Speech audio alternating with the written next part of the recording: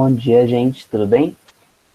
Então, hoje a gente vai finalizar, na primeira parte da aula, o sistema digestório. Vai ser, espero que seja um pouco mais rápido, né, para a gente poder logo começar o sistema circulatório.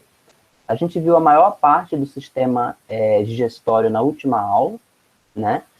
Então, se a gente puder resumir o que está acontecendo aqui, a gente viu que temos o tubo digestório, né, boca, faringe, que é a garganta, esôfago, estômago, intestino delgado, intestino grosso e o ânus, são o tubo digestório.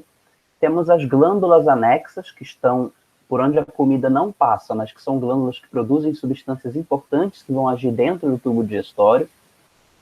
E essas glândulas anexas, as principais são as que vão produzir saliva, né, na boca, então as glândulas salivares. Vamos ter o fígado, que vai produzir a bile, vai ser bem importante. A vesícula biliar, que armazena a bile. E o pâncreas, que vai produzir aí o suco pancreático, né? Então, temos também esses complementos para o sistema digestório que vão ter um papel importante. E aí a gente viu, então, de forma mais detalhada na última aula, né, como que funciona a quebra gradual de cada uma das 4 macromoléculas. E aí a gente viu que os diferentes alimentos, né, vimos que na boca o que acontece de importante é a primeira quebra dos carboidratos, ou seja, temos o amido, que é um polissacarídeo, né, sendo quebrado pela amilase salivar em maltose, que é um disacarídeo, é uma duplinha de glicose com glicose. E na boca, isso acontece em pH neutro, né? Então, isso é a reação importante que acontece na boca, além dos processos mecânicos de mastigação e deglutição, né? Que é engolir a comida. Então, aí vimos os movimentos peristálticos, né? Musculares, para a comida ir avançando no tubo digestório. No estômago, o que nós temos de importante é a primeira quebra das proteínas. Então, temos grandes peptídeos, né, proteínas, sendo quebradas em peptídeos menores, ainda não em aminoácidos, que são a unidade básica, mas em peptídeos menores.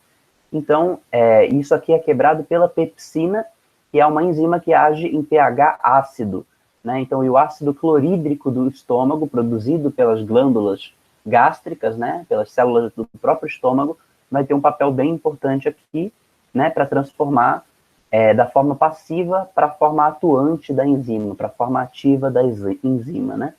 A partir daqui a gente chama o bolo alimentar de quimo, e aí, finalmente, saindo do estômago, vamos para entrar no intestino, a partir dessa curva aqui já é o duodeno, que é a entrada do intestino delgado, e aqui vai juntar um monte de coisa ao mesmo tempo.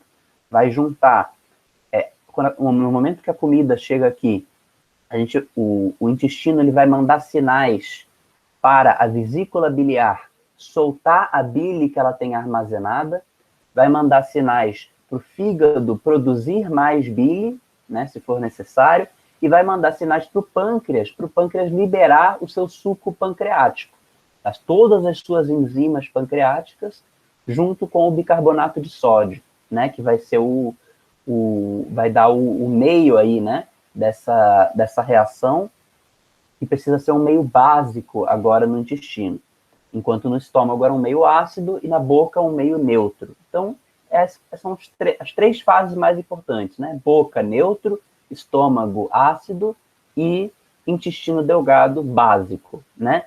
E aí a gente viu que no intestino delgado, aqui, nossa, slide muita coisa, mas na verdade, só para resumir, tudo que não aconteceu na boca e no estômago vai acontecer agora no intestino. Então, se na boca teve a primeira quebra dos carboidratos, no estômago a primeira quebra das proteínas, agora no intestino delgado a gente tem as quebras restantes dos carboidratos e das proteínas, um reforço também das primeiras quebras, e as quebras dos lipídios e dos ácidos nucleicos, do DNA e do RNA. Então, tudo que não aconteceu nos 2 primeiros vai acontecer agora no intestino delgado, e vale adicionar também o papel na digestão dos lipídios que a bile vai exercer. E não é propriamente a de quebra química, não é um suco enzimático, na verdade, são sais, são ácidos biliares que vão ter um efeito detergente sobre a gordura que nós ingerimos. O que é esse efeito detergente?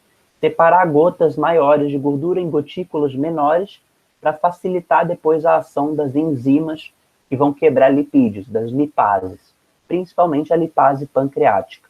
Então, é isso que a gente viu, né, do que está acontecendo aí na digestão e em outros processos importantes no intestino delgado. E aí a gente finalizou a aula, né, a última aula com esse slide aqui, e agora a gente vai para uns outros pontos aqui que não são tão importantes. O principal a gente discutiu na última aula. Eu só vou finalizar com alguns pontos mais secundários, não tão importantes, tá? Então, principalmente para quem tem específica em biológicas, isso aqui talvez seja interessante dar uma olhada mais aprofundada.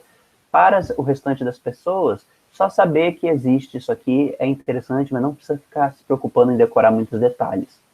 A gente viu, quando a gente estudou o sistema endócrino, os principais hormônios, as principais glândulas hormonais do corpo. Mas eu cheguei a comentar com vocês que, na verdade, existem muito mais. A gente só seleciona 10 e dá naquela aula. 10 glândulas hormonais, algumas com 1, algumas com 2, algumas com 3, 4, 5 ou até 6 hormônios importantes. No caso da hipófise, a gente tem 6 hormônios importantes, né? Mas existem muitos outros, aqueles são só os principais. Aqui tem alguns secundários, né? Que são específicos de atuação no sistema digestório. Se são hormônios, como é que eles funcionam? São substâncias químicas que esses órgãos eles produzem e jogam no sangue, porque o mecanismo de ação do hormônio é pela via sanguínea, e pelo sangue, na forma de hormônio, eles vão levar uma mensagem para algum outro lugar. Então, eu mencionei para vocês, rapidamente na última aula, quando o quimo está saindo do estômago e vai entrar na dobra do intestino, ou seja, vai entrar no duodeno, ele está passando de um meio bem ácido, que é o estômago, tanto que o estômago se autoprotege, né, com o seu buco, para ele não ser corroído pela sua própria acidez, e ele vai passar agora para um meio que não tem toda essa preparação para lidar com essa acidez. E ele quer transformar esse bolo alimentar, na verdade, esse quimo, que a gente chama agora, quer transformar isso em básico. Então, no momento que a comida está passando para o duodeno, tem que ser muito rápido isso, tem que mandar uma mensagem. O duodeno, o próprio intestino, ele vai produzir, né, alguns hormônios que vão levar a mensagem para o fígado, para a vesícula biliar e para o pâncreas. Qual que é a mensagem? Pelo amor de Deus, joguem os seus sucos digestivos aqui para dentro. Por quê? Porque seus sucos digestivos têm bicarbonato de sódio, que é básico, e vão conseguir neutralizar essa acidez, né, excessiva que está vindo junto com o quimo do estômago. Então, é para isso que servem esses hormônios. A gente tem aqui a secretina e a colecistocinina, ou colecistoquinina, ou às vezes abreviado, chamado de CCK, né? Então, são hormônios que o duodeno vai mandar, né, para pâncreas, para a vesícula biliar, para eles soltarem, para produzirem ou para eles soltarem os seus sucos, né, as suas enzimas, o seu bicarbonato de sódio, jogarem para dentro do intestino, né? Então, para isso que servem esses hormônios aqui, né? Então, a secretina, produzida pelo duodeno, estimula a secreção de bicarbonato de sódio pelo pâncreas, a sua liberação no duodeno, a secreção de bile, né, a produção de bile pelo fígado, que é a substância com efeito detergente, né? E ela é produzida assim que o duodeno percebe a chegada do quimo ácido vindo do estômago. Isso aí. Colecistocinina, ela estimula a secreção de enzimas no pâncreas, né? Então, todas as enzimas que a gente viu naquele slide completo, que vão quebrar cada um dos 4 tipos de macromoléculas, vão ser estimuladas aí pelo hormônio da colecistocinina, a liberação dessas enzimas no duodeno e a contração da vesícula biliar para liberar a bile que ela tem armazenado também no intestino. Então, são hormônios aqui complementares. E aqui um outro hormônio que às vezes aparece, que aí está mais envolvido com a parte anterior, né, com o estômago. Ainda não é papo de intestino ainda está no estômago. O que é a gastrina, né? É o que alguns chamam de hormônio da fome. Então, quando a gente está se alimentando e a gente percebe que o nosso organismo percebe que a gente está ingerindo proteínas, né? a gente está comendo uma carne ou um grão de bico, algum vegetal que seja bem proteico, né, soja e tal, o nosso organismo ele vai perceber isso e aí ele vai mandar a gastrina, né? O próprio estômago manda esse hormônio para as outras células do estômago perceberem e produzirem o ácido clorídrico, para preparar o estômago para digerir essas proteínas. Então, esse é o papel da gastrina. Só isso que eu queria falar para vocês, é mais secundário isso aqui, repito, tá? Agora vamos aqui para a absorção. A absorção já volta a ser mais importante. Quando a gente fala de absorção, gente, então como a gente viu as funções do sistema digestório, a gente tem a função de digestão. O que significa digestão? É a quebra química das macromoléculas, né? Então, quebra química dos carboidratos, quebra química das proteínas, quebra química dos lipídios, quebra química dos ácidos nucleicos, né? Só que depois de eu quebrar, de eu chegar nas menores unidades, agora eu tenho glicose, tenho aminoácido, tenho nucleotídeos, tenho ácido graxo e tenho glicerol, né? Quando eu chegar nessas menores unidades, agora elas são pequenas o suficiente para conseguirem atravessar a minha parede intestinal e irem para o meu sangue. Digestão serve para isso, para levar as coisas para o sangue. Se não passar por sangue, eu não consigo usar no resto do meu corpo todo. As minhas células do meu cérebro precisam dessas substâncias, minhas células dos meus músculos, do meu corpo inteiro.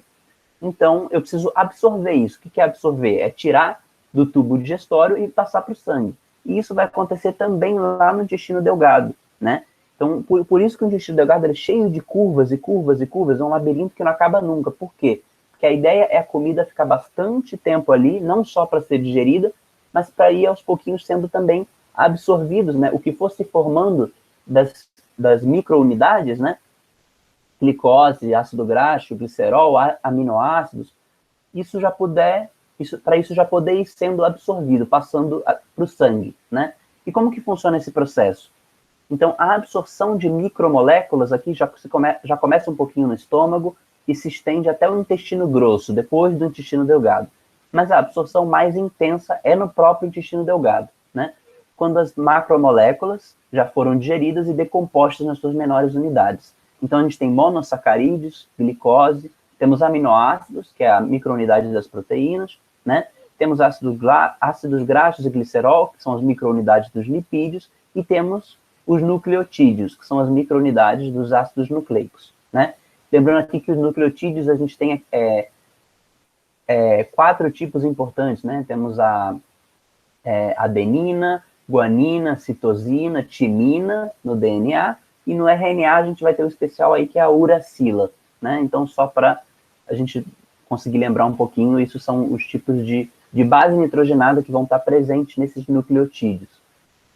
E aí o que acontece é o seguinte, aqui na absorção, a gente tem a estrutura do intestino delgado, além dele ser todo cheio de curvas e curvas, né? Se a gente for olhar não precisa nem no microscópio, não, precisa um pouquinho do microscópio, sim. Se a gente for olhar a estrutura dessa parede intestinal que vai absorver, a gente vai ver que ela é cheia de idas e vindas, né? Cheio de, meio montanhosa, né? Cheio de serras, né? De saliências, né? Para que servem essas várias saliências? Essas várias saliências que a gente vai ver, a gente vai chamar de vilosidades intestinais, né?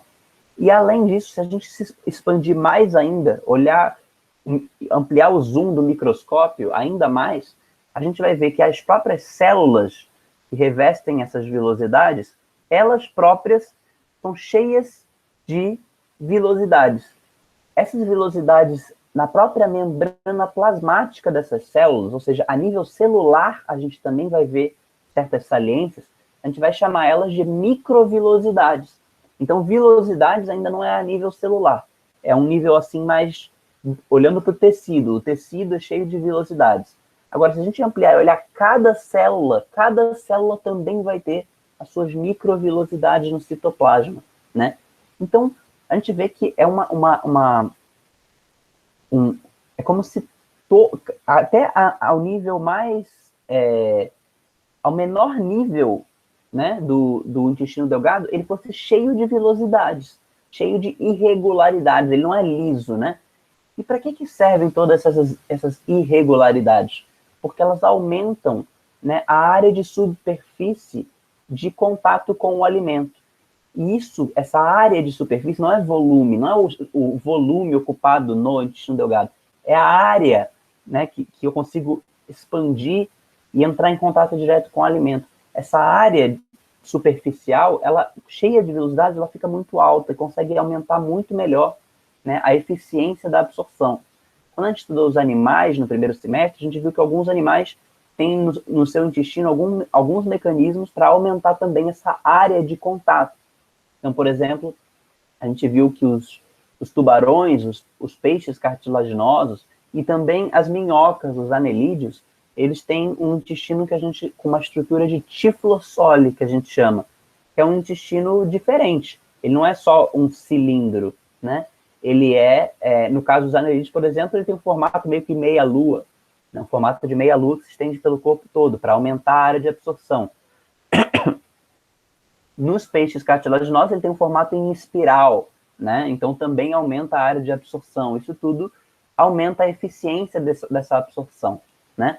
E aqui só um ponto mais secundário, além das vilosidades e microvilosidades, é que a gente vai ter uma pequena separação aqui entre as substâncias que são hidrossolúveis, que vão direto para o sangue, então monossacarídeos, aminoácidos, nucleotídeos, água, e as vitaminas hidrossolúveis, que são solúveis em água, que são as vitaminas do grupo B e a vitamina C, né? Então, vitaminas B e C, elas passam para o sangue, passam por difusão para as veias intestinais. Veias são os vasos sanguíneos, a gente vai começar a estudar hoje, né? Que retornam para o coração. Em vez de saírem do coração para o corpo, é o que vai do corpo para o coração.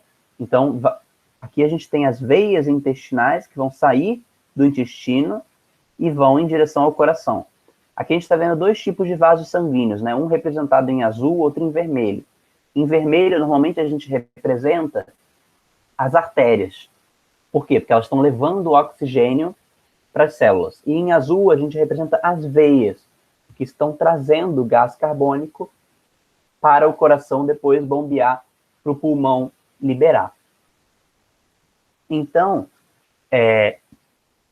aqui são as veias que vão levar boa parte dessas substâncias hidrossolúveis para o resto do corpo pelo sangue. Então, seriam esses azuis aqui, esses vasos sanguíneos mais azuis, que são as veias aqui, tá? Vênulas e veias. E aí, as substâncias agora que não são hidrossolúveis, que são lipossolúveis, ou seja, elas se dissolvem em gordura, elas não vão direto para o sangue. Elas vão ser transportadas pelo sistema linfático. O que é o sistema linfático? Ele é um sistema paralelo ao sistema circulatório, a gente vai ver um pouquinho depois. Ele tem toda sua rede de canais próprios no nosso corpo também, só que em vez de transportar sangue, ele vai transportar a linfa, que é muito similar com o plasma sanguíneo. A gente vai ver tudo isso com muito mais calma já, tá? Só que, então o que acontece? Ácidos graxos, glicerol e as vitaminas lipossolúveis, ou seja, a DEC, vitamina A, vitamina D, vitamina E e vitamina K, essas substâncias não vão direto para o sangue, elas são transportadas pelo sistema linfático direto para o resto do corpo, né? Então, quando a gente fala de gânglios linfáticos, canais linfáticos, a gente está falando desse outro sistema que não carrega sangue, carrega linfa, é um sistema paralelo, é como se a gente tivesse dentro do corpo um sistema de rodovias e também um sistema de ferrovias, né? Então, dois meios de transporte distintos, conectando várias partes do nosso corpo. O sistema circulatório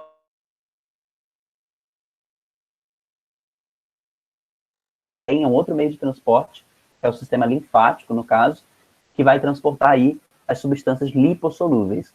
Então, ácidos graxos, glicerol e as vitaminas lipossolúveis. Aqui o pessoal falou ADEC ou queda. Isso aí, como vocês acharem melhor, fiquem à vontade para vocês lembrarem disso aí, tá? Então, vão ser transportados até os tecidos onde serão armazenados, tecido adiposo. Quando a gente fala de tecido adiposo, a gente está falando, em especial, a gente deposita gordura, a gente guarda gordura em várias partes do corpo. Mas uma parte bem importante é onde? Na pele. Então, o que acontece é o seguinte, a nossa pele, ela tem 3 camadas, se a gente puder falar de uma forma simples. A gente tem a epiderme, que é a camada mais superficial da pele, né? É a epiderme. Um pouco mais interno, a gente tem a derme. E mais embaixo, a gente tem a hipoderme, com H. Hipoderme, né? Baixa pele. É bem profunda essa hipoderme. E é normalmente lá que fica guardado uma grande parte do nosso tecido adiposo, ou seja, do nosso tecido de gordura do corpo. Fica lá na hipoderme, né? Então, um lugar onde a gente costuma guardar gordura no corpo. E essa gordura, ela não é maligna, ela tem também a sua função, né? Que nós somos organismos endotérmicos, ou seja, nós produzimos nossa própria temperatura, nosso próprio calor, e isso serve como isolante térmico. Então, se está muito frio lá fora, essa camada de gordura que a gente tem na pele do corpo inteiro serve para nos isolar em relação ao meio externo. Então, tem uma função biológica importante aí, né? Mas, claro, né, é importante também controlar com outras coisas, porque o excesso de gordura no corpo também pode dar outros problemas de saúde, né? Mas só para mostrar que tem uma função biológica sendo exercida por esse tecido adiposo, beleza? Quando você diz que é transportado pelo sistema linfático, tem a ver com o colesterol? Então, o colesterol, ele é da família dos lipídios, né? E a gente já vai falar um pouquinho dele, tá? Já vou falar dele rapidinho. Aí, se ficar mais alguma dúvida aí, pode perguntar, pode chamar, tá bom? Aí, aqui, só para a gente ver um pouquinho melhor, né, as vilosidades e microvilosidades. Então, olha como o tecido interno, abrindo o intestino aqui, né? A gente vê um monte de vilosidade. Tudo isso é para aumentar a área de contato, né, com o quilo agora, né? Quilo é o que a gente chama de bolo alimentar a partir do intestino delgado. Então, para entrar em contato com o quilo e absorver os micronutrientes agora, né, orgânicos e não orgânicos, então água, sais minerais, vitaminas, ele tem toda essa estrutura, né? Então aqui a gente está vendo em vermelhinho são as artérias, em azulzinho são as veias, agora retornando para o coração, e esse aqui em amarelo no meio seria o canal linfático, né? Então aqui do sistema linfático que vai pegar as substâncias lipossolúveis para levar para o resto do corpo. Então só para a gente ver aqui a estrutura, como é que funciona. Ó, olha aqui as células, né, do tecido do intestino delgado, e olha como as próprias, a nível celular, a gente tem essas microvilosidades todas aqui, né, para aumentar a área de superfície de contato. Beleza? E aí, para finalizar, gente, a gente tem, então, um intestino grosso agora, que a função principal dele é fazer a absorção de água e de íons, de eletrólitos, ou seja, de sais minerais. Então, sódio, potássio, ferro, zinco, todas essas coisas aí, né, tende a ser a maior parte absorvida no intestino grosso, junto com a água. Então, por isso que é no intestino grosso que está se formando agora as fezes, né? Então, no intestino grosso, a gente vê que já está... O que vai acontecer? A gente vai tentar reabsorver água, vai tentar pegar a água que tem ali para dentro do nosso corpo. Se o quilo, né, ou seja, o bolo alimentar que tem ali, ele passar muito rápido pelo intestino grosso, ele pode não conseguir pegar muita água, né? Se ele não pegar muita água, pode acontecer de sair muita água nas fezes, é o que a gente chama de diarreia. E a gente tem o contrário também, que é o quê? O quilo passar muito tempo, ou seja, o bolo alimentar passar muito tempo, demorando muito tempo para ser transportado pelo intestino grosso. Isso pode ser a prisão de ventre, ou seja, ele fica tanto tempo ali que é tirada muita água dele e essas fezes vão ficar muito duras, né, muito rígidas. Então, isso também é um problema, os dois extremos, né? Então, tem a ver aí com o processo de absorção da água, se ele for muito rápido, se ele for muito lento. O ideal é um equilíbrio aí, né? E também no intestino grosso que vai acontecer a fermentação de fibras pela flora bacteriana, né? Então, a gente tem bactérias importantes que vão agir no nosso corpo, que não são patógenas, né? Que não são de doenças, e elas vão fermentar fibras, né? O que são fibras? Fibras, a gente vai ver, são carboidratos que o nosso corpo não consegue digerir. Então, por exemplo, celulose. Celulose, ela é um polissacarídeo, como o amido. Só que a gente não tem celulase, a gente não tem a enzima para quebrar essa celulose. Então, um pouco dela vai ser fermentado por bactérias. As bactérias conseguem, a gente não consegue. A gente não produz essas enzimas. Mas algumas bactérias vão conseguir fermentar algumas dessas substâncias, né? A celulose, se eu não me engano, o nosso corpo não consegue, de qualquer forma, fermentar, mas algumas fibras, alguns carboidratos que a gente não consegue digerir, as bactérias conseguem fermentar. E aí, nesse processo, também vão ser formados os gases, né? Então, muitos dos gases também são formados no intestino grosso por esse processo de fermentação das fibras, né? Que é um processo um pouco pesado aí de quebra de carboidratos que não foram digeridos. Que nós não conseguimos digerir naturalmente, mas as bactérias conseguem fermentar. E aí, no ânus, finalmente, a liberação das fezes, né? Defecação, ou, entre aspas, a excreção. O pessoal está falando, quando tem no comercial da Activia falando que regula a flora intestinal, está falando dessas bactérias? Exatamente, né? Então existem até medicamentos, existem vários, até chazinho que a pessoa que pode tomar, né, para restabelecer a flora intestinal. Então, inclusive, um dos perigos de se tomar antibiótico sem um controle médico, né, sem um acompanhamento adequado, é que a gente pode acabar, às vezes, a gente acha que está com uma bacteriose, com alguma doença causada por bactérias, toma, às vezes, um antibiótico, mas às vezes, toma mais do que devia, ou toma menos do que devia, tem que tomar muito certinho, né? Ou toma de forma irregular e acaba também afetando, né? O antibiótico, ele não vai afetar só a bactéria que nos causa mal, mas também a bactéria que nos causa bem. Então, as bactérias, por exemplo, da nossa flora intestinal. Então, é comum, às vezes, os médicos, depois de alguém precisar fazer uso de antibiótico, eles receitarem uns pozinhos, uns medicamentos que são para restabelecer a flora intestinal depois do uso do antibiótico, né? Porque o antibiótico tende a afetar essa nossa flora intestinal, né? Então, para recompor a nossa flora bacteriana, a gente às vezes toma algumas coisinhas depois do uso do antibiótico. Beleza? Gente, então, só para resgatar então a importância das fibras, né? E eu tinha falado na última aula que eu ia falar por que a gente come salada. É por causa disso aqui que a gente come salada, principalmente, tá? Então, a salada, as folhas, né? Então, vegetais, eles têm bastante carboidrato e tal, mas tô falando mais das folhas, né? Então, alface, rúcula, agrião, essas coisas aí, que são muito saudáveis, né? Mas por que eles são saudáveis? Primeiro, porque carregam muitas vitaminas e sais minerais, ou seja, micronutrientes importantes. Em macronutrientes, carboidratos, proteínas, lipídios e ácidos nucleicos, a salada é pobre, né? É pobre em macronutrientes, mas é rica em micronutrientes importantes, vitaminas, sais minerais e água também. Mas não é só por causa dos micronutrientes que a gente come salada, mas também por causa de quê? Né? Porque a salada ela tem fibras alimentares, ou seja, vários carboidratos que a gente não consegue digerir, de origem vegetal, que não podem ser digeridos ou absorvidos pelo organismo. Exemplos clássicos, a celulose e a pectina, né? Mas porque, mesmo a gente não conseguindo digerir, são importantes porque melhoram o trânsito intestinal, né? Então, isso também ajuda. Contribui para a sensação de saciedade, ou seja, a gente não precisa exagerar na comida, porque comendo a salada a gente já tem uma sensação de saciedade, né, antes. São fermentados pelas bactérias anaeróbicas benéficas do intestino grosso, que contribuem para prevenir infecções, doenças intestinais, né? Então isso também é importante.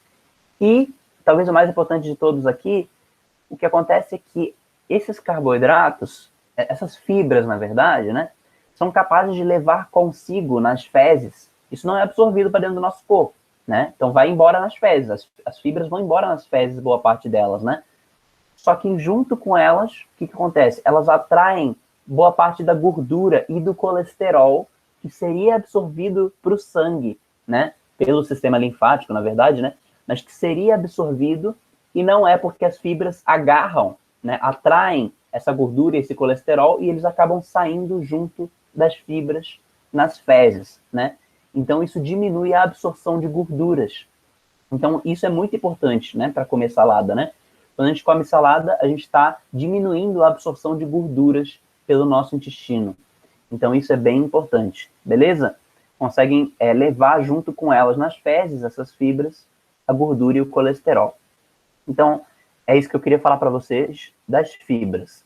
E aí, gente, então aqui a gente tem, terminamos a aula, só um resumo de tudo que a gente viu, mais uma forma de resumo, tá? Aqui a gente está vendo o quê? Os 3 órgãos, a boca, o estômago e o intestino delgado. A boca, que vai agir em pH neutro, o estômago, que vai agir em pH ácido, e o intestino delgado, que vai agir em pH básico, né?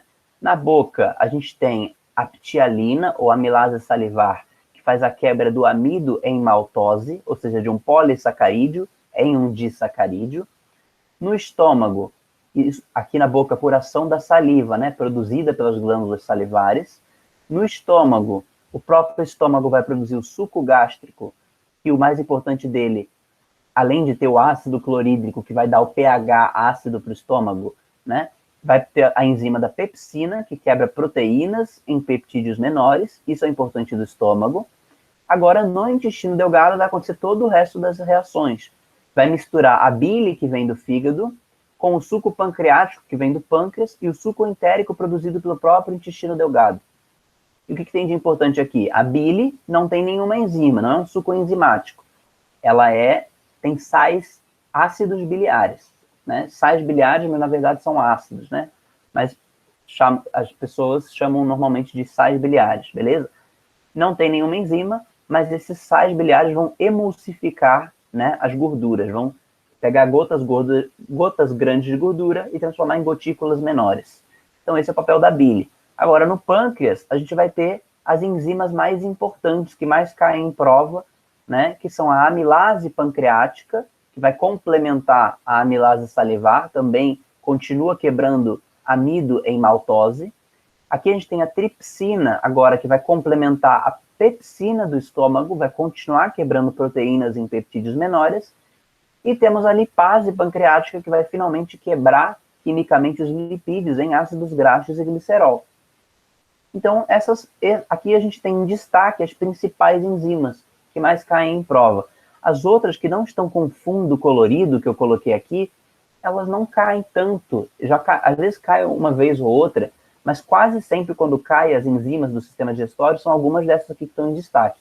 Ou a amilase salivar da boca, ou pepsina do estômago, ou a amilase pancreática e tripsina e lipase pancreática, que vão agir no intestino, que são produzidos pelo pâncreas, suco pancreático, mas que agem no intestino delgado. Então é só um resuminho aqui, gente, para o que é o mais importante.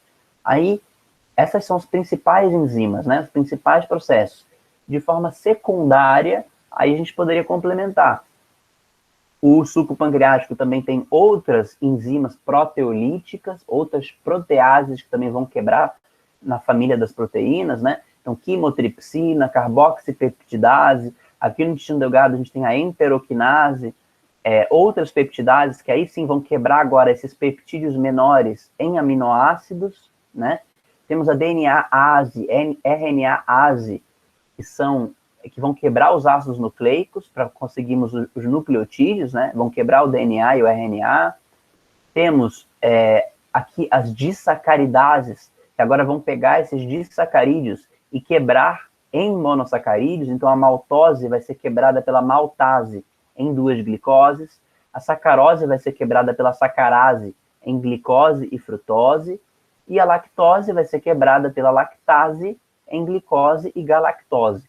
Quando a gente fala de intolerância à lactose, normalmente é quando a pessoa tem algum problema para produzir a lactase, que é a enzima que quebra a lactose, beleza? Então, por isso, pode ter algum desconforto intestinal por causa disso. E temos aqui a limpase entérica. Então, só os que não estão com fundo colorido, é só para vocês saberem que existe. Mas as mais importantes são essas 5 enzimas aqui em destaque, tá? Amilase salivar, pepsina, amilase pancreática, tripsina e lipase pancreática. Essas são normalmente as que são questão de prova, beleza? Que tem, às vezes, questões específicas sobre essas 5. Em qual pH que age, em qual órgão que age. Ah, se eu colocar um pedaço de macarrão junto com essa enzima no pH tal, na temperatura tal, vai ter reação? Não vai ter reação? Então, esse é um tipo clássico de questão que cai, e eu recomendo muito vocês olharem a lista de exercícios, que eu coloquei, tem várias dessas questões que caem o tempo todo nos vestibulares, trabalhando com essas enzimas, beleza? Então, eu recomendo muito fazer esses exercícios aí que estão lá no Drive para conseguir revisar essa matéria. Então, é só isso aqui, né? Então, fala aí, é assustadora essa tabela? Ela é só um resumo da aula, né? Foca no que está em colorido, que é o importante, beleza? Que está com fundo colorido. Claro que tudo está colorido, mas o que está com fundo colorido, tá? É o mais importante. Beleza? E aí, gente, alguma dúvida? Ou podemos ir para o sistema circulatório?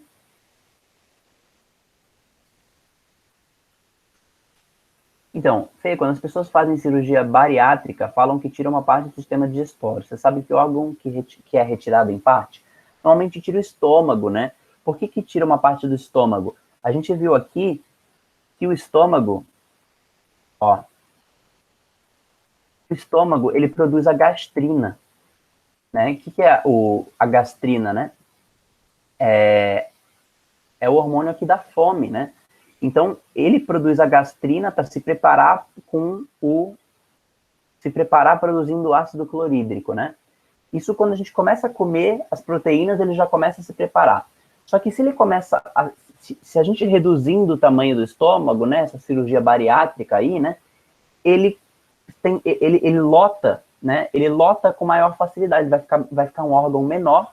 Então, a pessoa se alimentando, comendo menos, ela vai ter um grau de saciedade maior, ela vai ficar satisfeita mais rápido do que com um estômago maior, né? Isso tem a ver com a ação desses hormônios aí, que a pessoa vai se sentir, vai ter menos sensação de fome, vai ser suprida mais rápido, né? Então, isso tem a ver aí com o tamanho do estômago também. Beleza?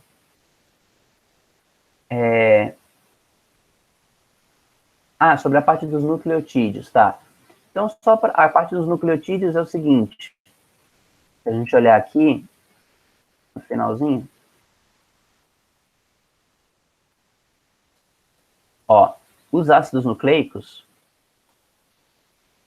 que são DNA e RNA, eles são compostos aqui por nucleotídeos. Cada um desses aqui é um nucleotídeo. O que é um nucleotídeo? É um conjunto de base nitrogenada, pentose e fosfato. A gente tem 5 tipos de base nitrogenada. A gente tem a guanina, citosina, adenina, timina e uracila, né? Timina no DNA, uracila no RNA. As outras 3 estão nos dois, tanto no DNA quanto no RNA, né? E aqui, a única quebra que vai acontecer no sistema digestório é essa aqui, tá? Quebrar a molécula grande de DNA e RNA nas suas unidades de nucleotídeo. Essa segunda quebra aqui, ela não precisa acontecer. O nucleotídeo, ele já é pequeno o suficiente para conseguir ser absorvido para o sangue. Não precisa quebrar em fosfato, pentose e base nitrogenada. Não precisa. Dessa forma aqui, ele já consegue ser aproveitado pelas células, para as próprias células conseguirem pegar esses nucleotídeos que vêm da digestão agora e construir material genético a partir deles. Construir agora o RNA mensageiro, o RNA transportador, o RNA do ribossomo das células, construir o DNA, quando tiver a duplicação de DNA, e esses nucleotídeos, eles vêm também da nossa digestão, os que são utilizados para fazer aqueles processos internos que vocês estudam na matéria da biologia molecular, na biologia. Beleza? Não sei se era essa exatamente a dúvida, Leandro. Se não for, você me avisa, tá? Mas era isso? É porque, tipo, ele vai ser usado. É muito estranho saber que ele é quebrado nesse processo também de Então, digestão. ele é obtido pela digestão e absorção também, os nucleotídeos que a gente usa no nosso corpo. Então, até o nosso material genético, nosso DNA e RNA, também vem da nossa digestão e absorção, né? Olha que interessante, né? Gente, então, deu? Mais alguma dúvida aqui, algum comentário que vocês querem fazer? É um sistema que tem bastante parte de química, né? Eu vou finalizar a gravação, então.